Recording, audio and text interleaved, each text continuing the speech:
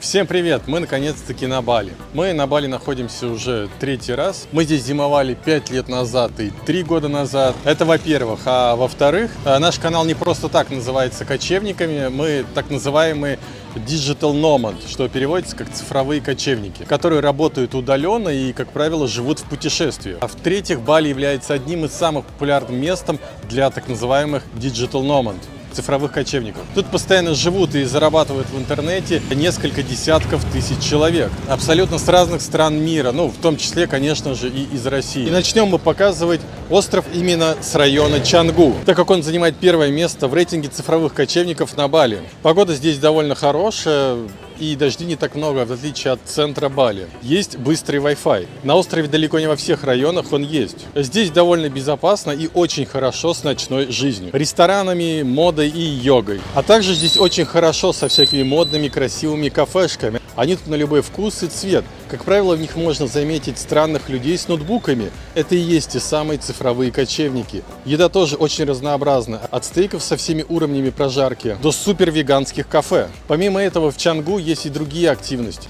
Это, конечно, серфинг, так как волны тут приличные. Те, кто любит купаться в спокойной водичке, это, конечно, не место для вас. Здесь много фитнес-клубов, йога-студий и, конечно же, коворкингов. Все мы, конечно же, за один выпуск показать вам не успеем, но хоть что-то попробуем. Ну что, поехали! На Чангу можно увидеть огромное количество наших соотечественников, и вообще туристов в целом, наверное, такое одно из самых густо населенных. Посмотрите только, сколько тут много байков. Это просто нереально. Если сравнить, допустим, с Урином, с Кутой или, допустим, с Семеньяком, ни в какое сравнение не идет. Тут просто нереальное количество. Конечно же, огромное количество досок, потому что Чангу это все-таки про серфинг, и как весь Бали, собственно говоря.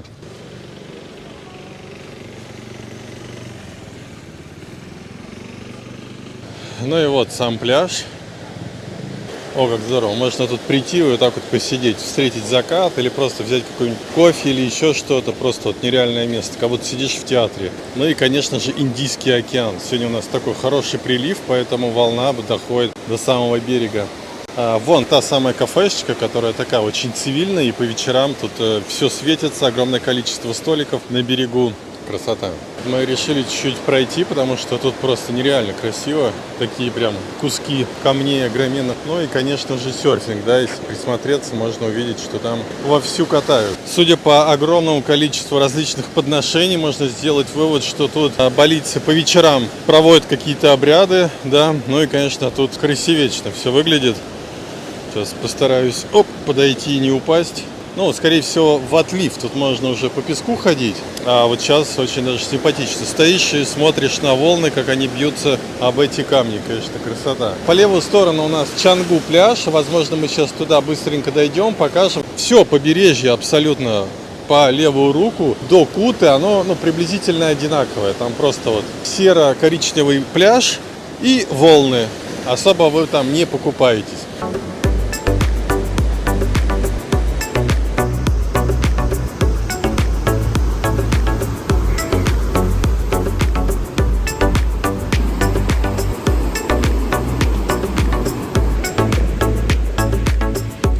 Вот мы и подошли к пляжу Бату-Билонг. Он находится у нас здесь. Тут огромнейшее просто количество досок на любой вкус, цвет, ростовку, все, что вам нужно.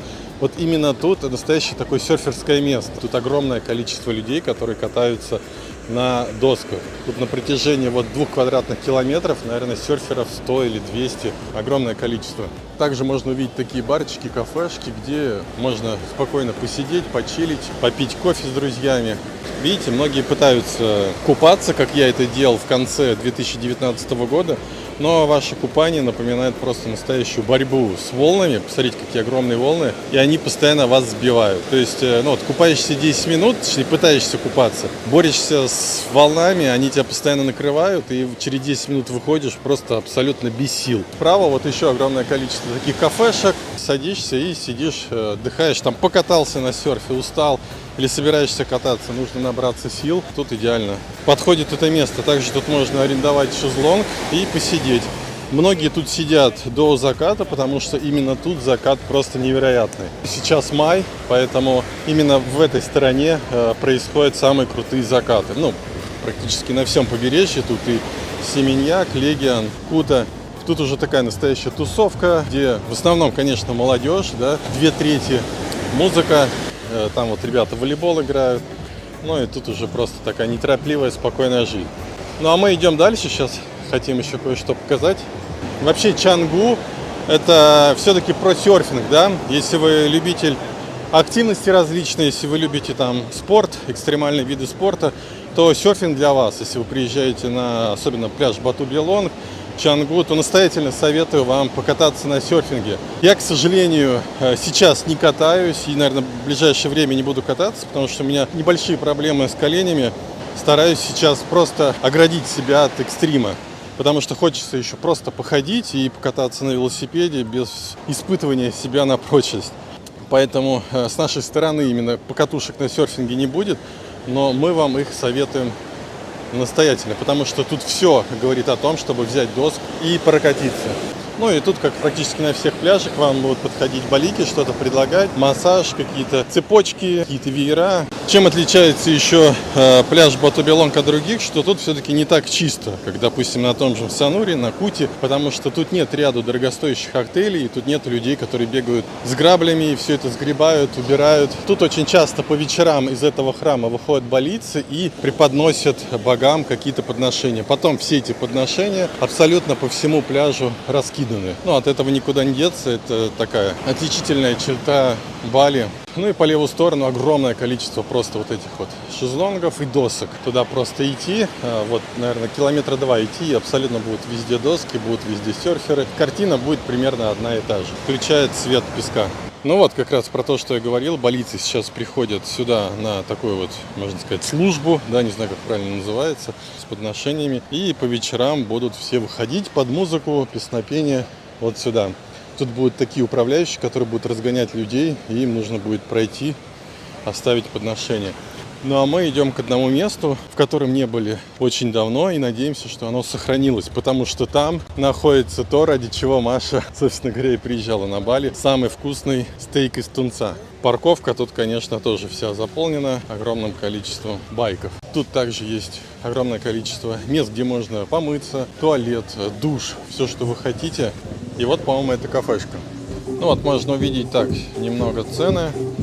Стейки, видите, по 50, по 45, туна стейк 50 тысяч, по-моему, он был раньше дешевле. Различные бургеры, различные вот брекфаст авокадо, да, чем славится Бали, что вы видите постоянно в Инстаграме. Это вот все тоже можно тут купить, но, правда, меню такое, видите, чуть потрепанное, но, тем не менее, тут очень вкусно готовят. Несмотря на то, что на Бали есть достаточно много минусов, здесь есть огромный плюс. Это вот такие вот кафешки, которые находятся на самом берегу практически океана.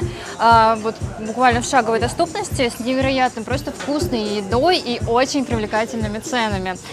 Мой любимый туна стейк стоит всего лишь 50 тысяч рупий, это 250 рублей, и это невероятно низкая цена, потому что у нас, например, в России такую цену вообще никогда не найдешь на хоть какой-нибудь стейк. Есть также рыбка, снайпер, например, есть бифстейк, но он уже будет чуть-чуть подороже, ну и, конечно же, есть различные европейские блюда, и самое интересное, что, в принципе, на Бали как бы неплохо готовят даже бургеры, и они здесь стоят всего лишь 45-40 тысяч рупий. Это тоже хорошая цена, 200 рублей. Смотрите, нам принесли вот такие welcome дринки абсолютно бесплатно, вода с лаймом и со льдом.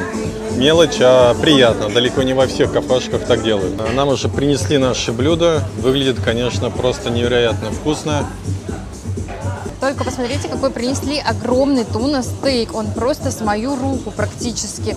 Такой огромный мне нигде не приносили. Плюс еще пюрешка. Раньше ее не было. Можно было заказать только картошку фри. У меня как раз сейчас проблемы с желудком. И это просто какое-то нереально классное везение. У Паши мы заказали рыбку снайпер. Она тоже огромная. Я думала, кусочек будет раза в 1,5, наверное, как минимум меньше. Или хотя бы в 2 раза. А тут прям порции нереально крутые. Я уже попробовал, прям нереально вкусно. Причем у балийцев есть такая проблема. Они очень сильно пережаривают мясо. Такое ощущение, просто кладут и забывают. Или оно у них хранится где-нибудь на гриле лежит, пока не закажешь, оно просто греется. А тут оно прям реально вкусное, оно сочное, прям во рту тает, это большая редкость. Единственный минус, вот прям все классно, все прикольно, единственный минус, в одном из стейков был вот такой длинный черный волос. Те, кто чуть-чуть такие вещи не любят, это, конечно, немного сбивает. Но мы такие голодные, что уже ладно, даже не будем ничего говорить, потому что если будут переделывать, это еще надо ждать минут 40. А у нас сегодня большая задача показать как можно больше чангу. Ну и по стоимости моя рыбка, которая называется снайпер, 55 тысяч, а у Маши тунец всего лишь 50 тысяч. На двоих 105 тысяч рупиев. Это вполне неплохая цена. Еще, смотрите, нам бесплатно принесли напиток. Это вообще идеально. Рядом с кафешкой, где мы только что обедали, открылась новая кафешка. Посмотрите, какая огромная, со вторым этажом. Это невероятно здорово, потому что можно там сидеть, трапезничать и смотреть на океан. Это, конечно, здорово. Молодцы. Ну и вот немного сейчас засниму вида именно с этой кафешки, со второго этажа, как я и обещал. Смотрите, какая невероятная красота отсюда открывается. Можно вот так вот сесть на диванчик, ноги протянуть, работать там, отдыхать, а также наслаждаться красивым видом. Ну и тут можно увидеть огромное количество арта. Он, конечно, на любой вкус и цвет, практически везде.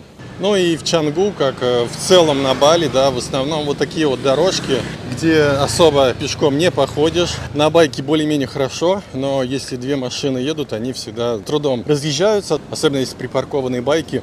И вообще в целом дороги на Бали это очень большой минус, потому что хороших дорог можно пересчитать по пальцам одной руки фрезеровщика в каждом районе. Она одна или две главные. Остальные все прилегающие, они очень узкие. Если сравнивать с тем же Таиландом, да, то Таиланд это все-таки про езду на байке, там катаешься с огромным удовольствием. Тут, если вы едете с одного района на другой, то это огромная проблема. Там, где можно было бы, по идее, сделать хорошие дороги и проехать за 20 минут, иногда приходится ехать час.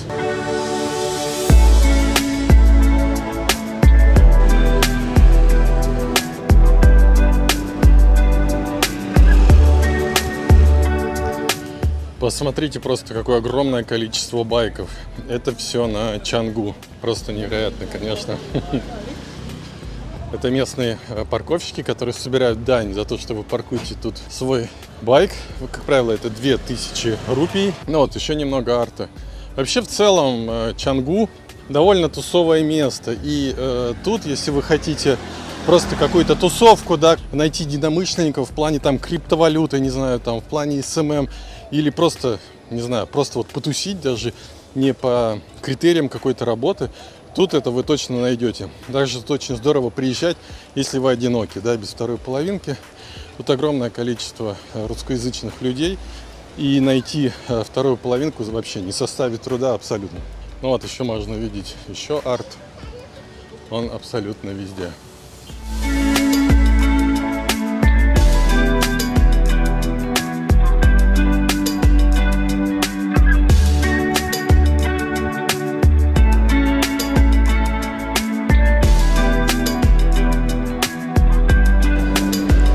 Вот видите, идет растяжение всех мышц перед тем, как покататься на серфинге, чтобы не было проблем с мышцами в тот момент, когда вы уже зайдете непосредственно в воду.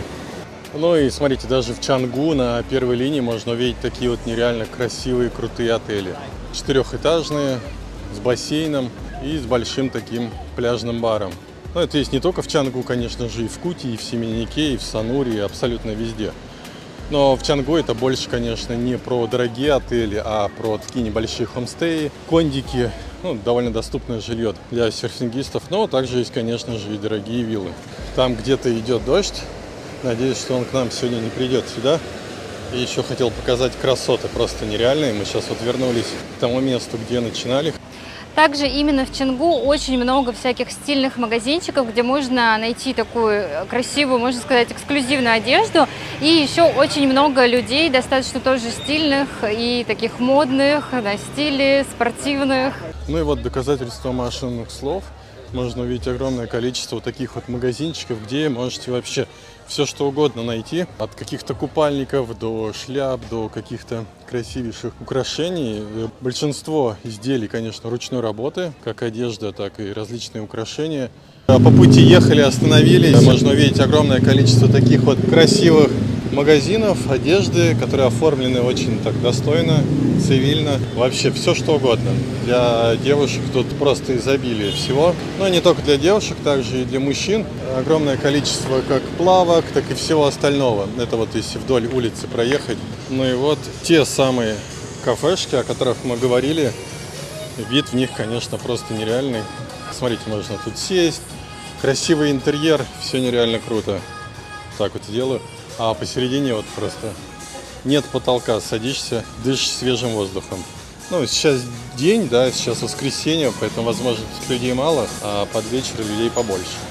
Ну и цены тут вполне себе адекватные, видите, тайское мясо всего 62 тысячи рупий, это вполне себе неплохо. И также коктейль 62 тысячи. Ну вот уже мужская одежда, как я вам говорил, для мужчин тоже найдется. На самом деле магазинов тут ни конца, ни края. Вот если идти, можно, наверное, больше, чем в любом торговом центре в больших городах увидеть. Причем, одежда такая вполне себе интересная, то есть не все похоже друг на друга, да, как иногда бывает, а действительно разнообразная. Ну, правда, цены иногда бывают, что чуть завышены, больше, чем в других районах.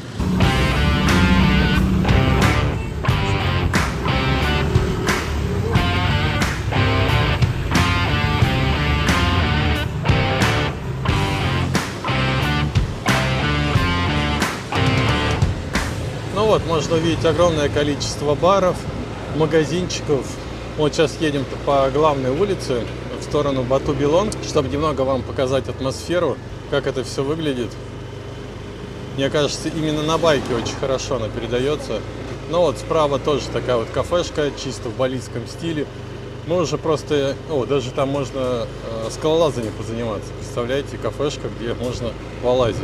Мы уже не сможем вам прям в каждом кафе побывать и все попробовать и рассказать, к сожалению. Ну и вот можно увидеть, что прям рядом с этими кафешками огромная куча мусорная. Это вот, к сожалению, присуще Бали. То сказочное Бали, которое мы видим в Инстаграме и у других блогеров, оно, когда приезжаешь на Бали, конечно, очень сильно резонирует. Думаешь, как это так? Ведь мне показывали, что все красиво, все идеально. Почему мусор? Почему там какая-то такая грязь? Но вот настоящее Бали выглядит именно так. Ну и еще одна улица, идущая непосредственно к пляжу. Тут тоже можно увидеть огромное количество кафешек различных и магазинчиков. Ну, это как и в Таиланде. Ездят с собакой между ног, перевозят таким образом. Это очень интересно, когда едешь, на тебя собака смотрит с соседнего байка. Это, конечно, необычно. Но это не только на Бали, это, конечно, и в Таиланде тоже может быть.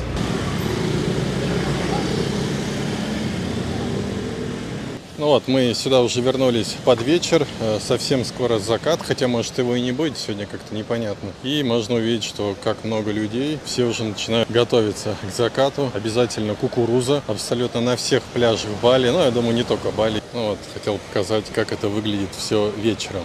Людей прям нереально много. Сегодня еще такой небольшой дождь был днем, поэтому это могло снизить количество посетителей. Вот девушка ходит, смотрите, мусор собирает. Вот это она большая молодец, кстати, что так делает. Вот надо брать пример, потому что мусора много, и местные балийцы сидят, раз кинули, что-нибудь там покурил, бычок кинул, там что-нибудь выпил, тоже кинул и пошел дальше. Видите, кто-то до сих пор даже ходит еще в масках, это уже май 2023 года, но тем не менее можно увидеть людей в маске. Но вот красивейший балийский храм, конечно же, в черном цвете, красиво.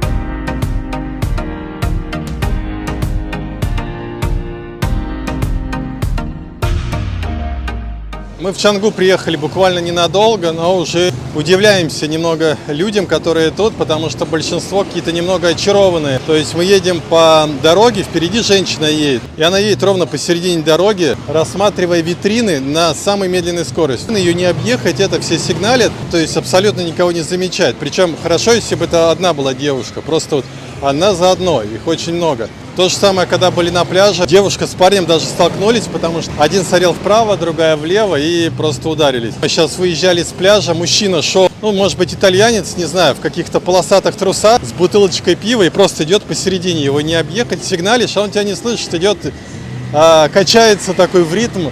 То есть немного все на каком-то чиле, на каком-то таком непонятном релаксе. Водить как бы на Бали и так опасно, да, дороги узкие, сами балийцы ездят как угорелые.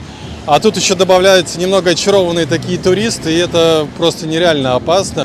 Но вот в других районах такого не было. Ни в Убуде, ни в Семеняке, ни в Куте, ни в Сануре. Даже на севере я не припомню, чтобы такое было. А вот в Чангу все чуть-чуть такие очарованные. Не знаю, может нам просто так повезло, может быть вы тоже замечали это. Напишите в комментариях. Ну и вот еще на Чангу такое довольно культовое место. Оно довольно симпатичное. Тут можно купить, как видите, какую-то ювелирку, которой огромное количество, так и различного другого характера изделия. Конечно же, ручная работа. Ну и другие изделия, которые сделаны вручную. Наверху даже есть какая-то кафешка местная. Ну и музыка такая чисто в балийском стиле. Они ускоряют многие песни, получается такое какое-то техно. Иногда по мозгам очень сильно бьет, когда очень долго слушаешь эту музыку. Ну и еще немного красивейшей одежды. Это я показываю, чтобы вам показать, что можно купить в Чангу, насколько большой ассортимент различной одежды.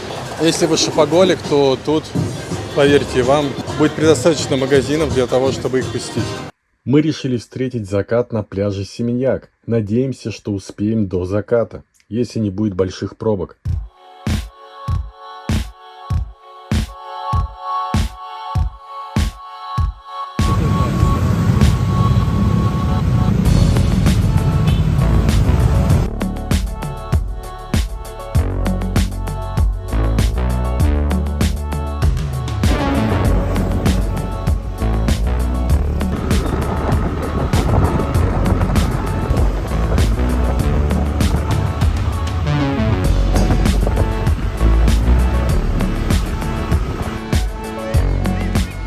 Ну и, конечно же, мы приехали на закат в Семеньяк. Посмотрите, какое огромное количество людей. Даже шезлонгов нет, никаких специальных таких надувных матрасов, ничего нет. Просто люди приходят, садятся на песок и смотрят на красоту. По идее, это должен быть красивейший закат. Пока что прям красивейшего нету, но тем не менее. И вот по левую сторону там находится пляж Double Six Beach. Мы его покажем вам чуть-чуть попозже обязательно, конечно. В одной из следующих серий мы там побываем. Ох, ничего себе, тут волны какие. Вот именно тут волны просто вообще нереальные. Ну и, соответственно, никто, как видите, и не купается. Да, дети только и балийки какие-то, вот где по щиколотку заходят, чуть сидят. Ну, я не знаю, в чем это удовольствие. Там обычно потом в трусах песка больше, чем тут на пляже. Поэтому купаться тут, скорее всего, тоже не получится от слова совсем. Но просто вот прийти на пляж, посмотреть, насколько здесь много людей, посидеть, попить там свой напиток. Смотрите, даже вот просто не пройти, не проехать. Люди вот стоят битком, чтобы идти, надо вот обходить, как в час пик метро. Да, ну вот этим и отличается, конечно, пляжи, которые находятся в Семеняке, Куте, Double Six Beach, Чангу, допустим, от того же Санура. В Сануре мы вам тоже побываем, мы там поживем даже, может быть, вообще целый месяц и более подробно покажем, расскажем. Ну, уже по чуть-чуть виднеется закат. Ой, ничего себе, какой прилив. Спасибо всем за просмотр видео. Если оно было интересно и полезно для вас, то, пожалуйста, ставьте лайк и подписывайтесь на канал. Всем пока!